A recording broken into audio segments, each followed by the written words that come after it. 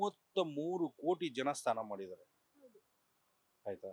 33 ಕೋಟಿ ಜನ ಸ್ಥಾನ ಮಾಡಿದ್ದಾರೆ. ಒಂದು ದಾಖಲಾತಿ ಇಟ್ಕೊಂಡು ಮಾತಾಡಬೇಕು, ದಯವಿಟ್ಟು ದಾಖಲಾತಿ ಕೊಟ್ಟು ಮಾತಾಡಿ ಅಂತ ಹೇಳಿದ್ರು.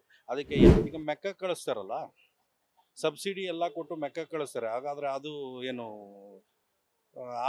ಬಡತನ ನಿರ್ಮೂಲನೆ ಆಗ್ಬಿಡುತ್ತಾ?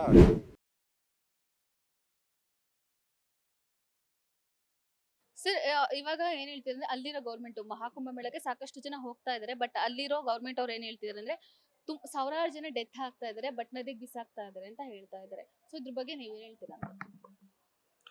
ಮಾ ನನ್ನ ಭಾರತ ದೇಶದಲ್ಲಿ ಹುಟ್ಟಿರೋದೇ ನನ್ನ ಸೌಭಾಗ್ಯ ಅನ್ಕೊಂಡಿದ್ದೀನಿ. ಅದರಲ್ಲೂ ಈ ಹಿಂದೂ ಧರ್ಮ ಸರ್ವಜನೋ ಸುಖಿನೋ ಭವಂತು, ಯಾವ ಧರ್ಮನೂ ಹೇಳಲ್ಲ, ನನ್ನ ಧರ್ಮನೇ ಹೇಳೋದು ಸರ್ವಜನೋ ಸುಖಿನೋ ಭವಂತು ಅಂತ. ಹಾಗಾಗಿ ಆ ಧರ್ಮದಲ್ಲಿ ಹುಟ್ಟಿರೋದಕ್ಕೆ ನಾನು ಹೆಮ್ಮೆ ಪಡ್ತೀನಿ. ಈ ತಲೆ ಇಲ್ದಿದ್ದವರು ಎಲ್ಲ ಏನೇನೋ ಕ್ವಶನ್ಗಳು ಕೇಳಿದೆ. ಮೊನ್ನೆ ಹೇಳ್ದೆ ಅದೇ ಈಗ ಸಾವಿರಾರು ಜನ ಬಿಸಾಕಿದ್ದಾರೆ ಇದು ಸಮುದ್ರದಲ್ಲಿ, ಸರಿ ನದಿಲಿ ಬಿಸಾಕಿದ್ದಾರೆ ಹಾಗೆ ಹೀಗೆ ಅಂತ ಹೇಳಿದ ವ್ಯಕ್ತಿನೇ ಅಲ್ಲಿ ಮುಳುಗ್ಬಿಟ್ರೆ ಏನು ಬಡತನ ಹೋಗುತ್ತಾ ಅಂತ. 70 ವರ್ಷ ಇವ್ರದೇ ಗೌರ್ಮೆಂಟ್ ಅಲ್ಲಿ ಆಡಿದ್ದು, ಅದು ಯಾಕೆ ಹೋಗಿಲ್ಲ ಬಡತನ? ಆಯ್ತಾ? ಗರೀಬಿ ಹಟಾವ್ ಬಂದ್ರು. ಈಗ ಒಂದು ಲೆಕ್ಕದಲ್ಲಿ ಗರೀಬಿ ಹಟಾವ್ ಕಮ್ಮಿ ಆಗಿದೆಯಲ್ಲ. ಈ ಕುಂಭಮೇಳನೆ ತಗೊಳ್ಳಿ, ಅದಕ್ಕೊಂದು ಕಪ್ಪು ಚುಕ್ಕೆ ಇಡಬೇಕು ಅನ್ನೋ ದೃಷ್ಟಿಯಿಂದ ಅಷ್ಟೇ ಮಾತಾಡ್ತಾರೆ. ಕಪ್ಪು ಚುಕ್ಕೆ ಒಂದು ಇಡಬೇಕು ಅನ್ನೋ ಒಂದು ದೃಷ್ಟಿ ಅಷ್ಟೇ. ನೋಡಿ, ನಿನ್ನೆ ನನ್ನ ತಮ್ಮನವರು ನಿನ್ನೆ ಹೋಗಿದ್ದಾರೆ ಸ್ಥಾನಕ್ಕೆ. ನಿನ್ನೆ ಕುಂಭಮೇಳದ ಅಲ್ಲಿನ ಸ್ಥಿತಿ ಗತಿ ಅದನ್ನೆಲ್ಲನೂ ನಾನು ವಿವರಿಸಿದೆ.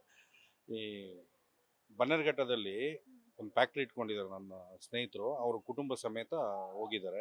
ಅಲ್ಲಿ ಎಷ್ಟು ಚೆನ್ನಾಗಿದೆ ಗೊತ್ತಾ, ಎಲ್ಲ ವ್ಯವಸ್ಥೆನೂ ಚೆನ್ನಾಗಿದೆ. ಒಂದು ಅವಘಡ ನಡೆದಿದೆ, ಒಂದು ಬೆಂಕಿ ಅವಘಡ, ಎರಡನೇದು ಒಂದು ಕಾಲು ತುಳಿತ.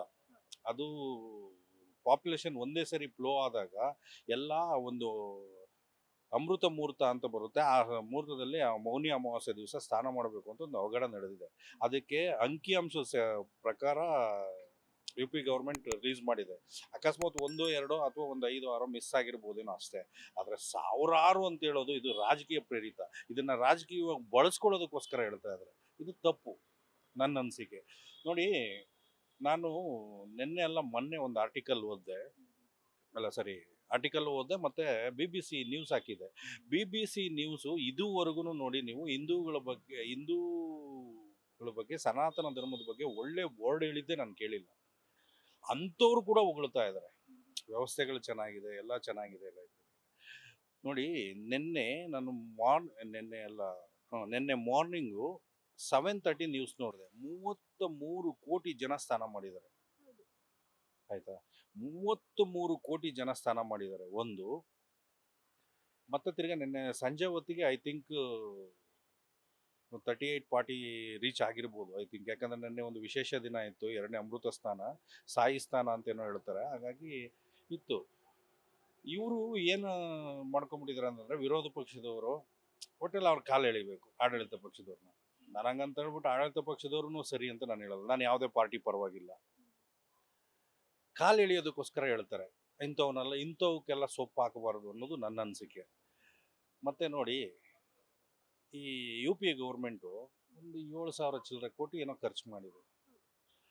7,000 ಕೋಟಿ ಚಿಲ್ಲರೆ ಖರ್ಚು ಮಾಡಿರೋದ್ರಿಂದ ಕನಿಷ್ಠ ಪಕ್ಷ ಅಂತಂದರೆ ಒಬ್ಬರು 1,000 ರೂಪಾಯಿ ಖರ್ಚು ಮಾಡಿದ್ರೆ ಇವತ್ತಿನ ಮಟ್ಟಕ್ಕೆ 40 ಲಕ್ಷ ಆಲ್ರೆಡಿ ರೀಚ್ ಆಗಿಬಿಟ್ಟಿದ್ದಾರೆ, 40 ಕೋಟಿ ರೀಚ್ ಆಗಿಬಿಟ್ಟಿದ್ದಾರೆ. ಒಬ್ಬ 1 ಕೋಟಿ ಬಿಟ್ಟರೆ 4 ಲಕ್ಷ ಕೋಟಿ ಆಯಿತು. 4 ಲಕ್ಷ ಕೋಟಿಗೆ 18% GST ಲೆಕ್ಕ ಕೊಡಿ, ಎಷ್ಟು ಆದಾಯ ಬಂದಿರ್ಬೋದು ಅದು ಯು ಪಿ ಗೌರ್ಮೆಂಟ್ಗೆ. ಮತ್ತು ಕರ್ನಾಟಕದಿಂದ ಹೋಗ್ತಾ ಇದ್ದಾರೆ, ಕೇರಳದಿಂದ ಹೋಗ್ತಾ ಇದ್ದಾರೆ, ತಮಿಳ್ನಾಡಿಂದ ಹೋಗ್ತಾ ಇದ್ದಾರೆ, ಅದರ್ ಸ್ಟೇಟು ಗಾಡಿಗಳು, ವರ್ಕ್ ಪರ್ಮೆಂಟ್ ಇರ್ಬೋದು, ಮತ್ತು ಪೆಟ್ರೋಲ್ ಡೀಸೆಲಿಂದ ಬರೋ ಟ್ಯಾಕ್ಸ್ ಇರ್ಬೋದು, ಮತ್ತು ಅವರು ಎಕ್ಸ್ಪೆನ್ಸು, ಇದೆಲ್ಲ ಒಂದು ಕುಂಭಮೇಳದಿಂದ ಇಷ್ಟು ಎಲ್ಲ ಸರ್ಕಾರಕ್ಕೆ ಆದಾಯ ಬರುತ್ತೆ ಅಂತಂದಾಗ ಏನು ಇದನ್ನು ತಮಾಷೆ ಮಾತಾ? ಇದನ್ನೇ ಯಶಸ್ವಿ ಆಗ್ಬಿಟ್ರೆ ಮತ್ತು ಅವ್ರಿಗೆಲ್ಲಿ ಕೆಟ್ಟ ಹೆಸರು ಬಂದ್ಬಿಡುತ್ತೆ ಅನ್ನೋ ದೃಷ್ಟಿಲಿ ಕೆಟ್ಟದ್ದು ಅಂತ ಹೇಳಿರ್ಬೋದು. ಬಿಟ್ಟರೆ ನನಗೇನು ಇದು ಒಳ್ಳೆ ವಿಷಯ ಅಂತ ಅನ್ನಿಸ್ತಾ ಇಲ್ಲ, ಅವರು ಹೇಳಿರೋ ಸತ್ಯನೂ ಅಂತ ಅನ್ನಿಸ್ತಾ ಇಲ್ಲ. ಏನಾದರೂ ನನ್ನ ಸ್ಪೀಕರ್ ಕೇಳಿದ್ರು, ನಾನು ನೋಡಿದೆ ನ್ಯೂಸ್ನ, ದಾಖಲಾತಿ ಇಟ್ಕೊಂಡು ಮಾತಾಡಬೇಕು, ದಯವಿಟ್ಟು ದಾಖಲಾತಿ ಕೊಟ್ಟು ಮಾತಾಡಿ ಅಂತ ಹೇಳಿದ್ರು. ಅದಕ್ಕೆ ಯಾರೋ ಜನ ಮಾತಾಡೋದು ನನಗೆ ಗೊತ್ತಾಯಿತು ಅಂತೇನೋ ಸ್ಟೇಟ್ಮೆಂಟ್ ಕೊಟ್ಟರು. ಅವರೊಬ್ಬ ವಿರೋಧ ಪಕ್ಷ ನಾಯಕರು ಆ ರೀತಿ ಮಾತಾಡಬಾರ್ದು ಅಂತ ನನ್ನ ಅನಿಸಿಕೆ. ದಾಖಲಾತಿ ಇದ್ದರೆ ಖಂಡಿತ ಮಾತಾಡಲಿ, ಇದನ್ನು ಖಂಡಿಸ್ಲೇಬೇಕು. ಆ ಥರ ಏನಾದರೂ ಆಗಿದ್ದರೆ ಅವರನ್ನು ಖಂಡಿಸ್ಲೇಬೇಕು. ಬಟ್ ಏನೂ ಇಲ್ಲ, ಸುಮ್ಮನೆ ಬಾಯಿಗೆ ಬಂದಂಗೆ ಮಾತಾಡ್ತೀವಿ ಅಂತಂದ್ರೆ ಅದು ತಪ್ಪು ಅಂತ ನನ್ನ ಅನಿಸಿಕೆ. ಸರ್, ಇವಾಗ ಎಷ್ಟೋ ಕೋಟಿ ಜನ ಕುಂಭಮೇಳಕ್ಕೆ ನಂಬಿಕೆಯಿಂದ ಹೋಗ್ತಾ ಇದ್ದಾರೆ, ಬಟ್ ಇದನ್ನು ರಾಜಕೀಯವಾಗಿ ಯೂಸ್ ಮಾಡ್ಕೊಳ್ತಾ ಇದ್ದಾರೆ ಅಂತಂದ್ರೆ ಅಲ್ಲಿ ಹೋಗಿದ್ರೆ ಬಡತನ ಹೋಗುತ್ತಾ, ಹೊಟ್ಟೆ ತುಂಬುತ್ತೆ, ಈ ತರದನ್ನೆಲ್ಲ ಹೇಳಿಕೆಗಳನ್ನ ಕೊಡ್ತಾರೆ. ಅಂದ್ರೆ ಏನ್ ಹೇಳ್ತೀರಾ ರಾಜಕೀಯ ವ್ಯಕ್ತಿಗಳ ಬಗ್ಗೆ? ಇದನ್ನ ರಾಜಕೀಯವಾಗಿ ಕುಂಭಮೇಳನ ಬಳಸ್ಕೊಳ್ಳೋದೇ ತಪ್ಪು. ಯಾಕೆ ಅಂತಂದ್ರೆ ಇದು ಒಂದು ಮಹಾಮೇಳ. ನೋಡಿ, ಪ್ರಪಂಚದಲ್ಲಿ ಕನಿಷ್ಠ ಪಕ್ಷ ಅಂತಂದ್ರೆ 40 ಕೋಟಿ, ಅಂದ್ರೆ ನಮ್ಮ ಇಂಡಿಯಾದಲ್ಲಿ ಇರೋದೇ 50 ಕೋಟಿ, ಸರಿ 100 ಕೋಟಿ ಜನ ಇರ್ಬೋದು ಸನಾತನ ಧರ್ಮದವರು.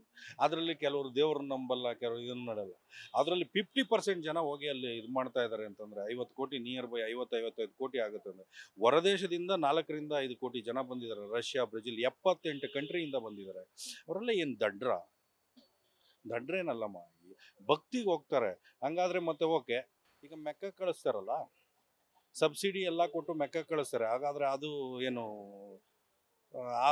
ಬಡತನ ನಿರ್ಮೂಲನೆ ಆಗ್ಬಿಡುತ್ತಾ? ಜೆರೂಸಲೇಮ್ಗೆ ಹೋಗ್ತಾರಲ್ಲ, ಅಲ್ಲೆಲ್ಲ ಬಡತನ ನಿರ್ಮೂಲ ಆಗ್ಬಿಡುತ್ತಾ? ಅದ್ರ ಬಗ್ಗೆ ಯಾಕೆ ಯಾರು ಮಾತಾಡಲ್ಲ?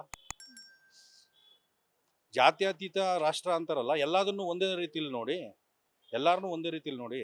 ಸುಮ್ಮನೆ ರಾಜಕೀಯ ಕಾರಣಕ್ಕೋಸ್ಕರ ಅದನ್ನ ಇದಕ್ಕೆ ಬಳಸ್ಕೊಳ್ಳೋದು, ಇದನ್ನ ಅದಕ್ಕೆ ಬಳಸ್ಕೊಳ್ಳೋದು. ಈ ಪಾರ್ಟಿನೂ ಅಷ್ಟೇ, ಆ ಪಾರ್ಟಿನೂ ಅಷ್ಟೇ.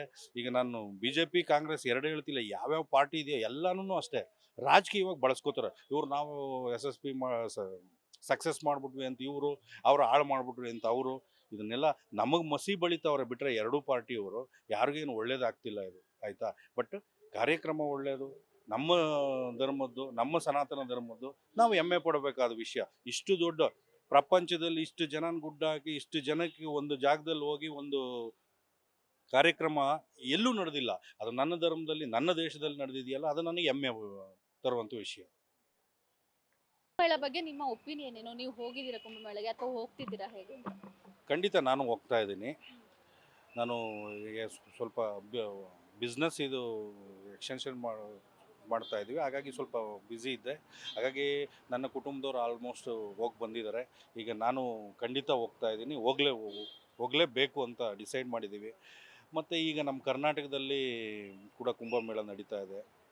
ತ್ರಿವೇಣಿ ಸಂಗಮ, ನಮ್ಮ ಸರ್ಕಾರ ಅಲ್ಲಿಗೆ ಜನಗಳಿಗೆ ಬೇಕಾದ ವಸತಿ, ಅನುಕೂಲ, ಸ್ನಾನ ಮಾಡೋದಕ್ಕೆ ಇವೆಲ್ಲ ವ್ಯವಸ್ಥೆ ಮಾಡಲಿ. ಅಲ್ಲಿ ಹೋಗ್ದು ಬರದೇ ಇದ್ದರು, ಹೋಗೋಕೆ ಆಗದಿದ್ದಂಥವ್ರು ಇಲ್ಲೂ ಹೋಗಲಿ. ನಮ್ಮ ಈ ಸರ್ಕಾರಕ್ಕೂ ಆದಾಯ ಬರುತ್ತೆ, ಒಳ್ಳೆಯದಾಗುತ್ತೆ. ಆಮೇಲೆ ಇದನ್ನು ಯಾವ ಪಾರ್ಟಿಯವರು ಅಷ್ಟೇ ರಾಜಕೀಯಕ್ಕೆ ಬಳಸ್ಕೊಳ್ಳೋದೇ ಇರಲಿ. V plus Karnataka.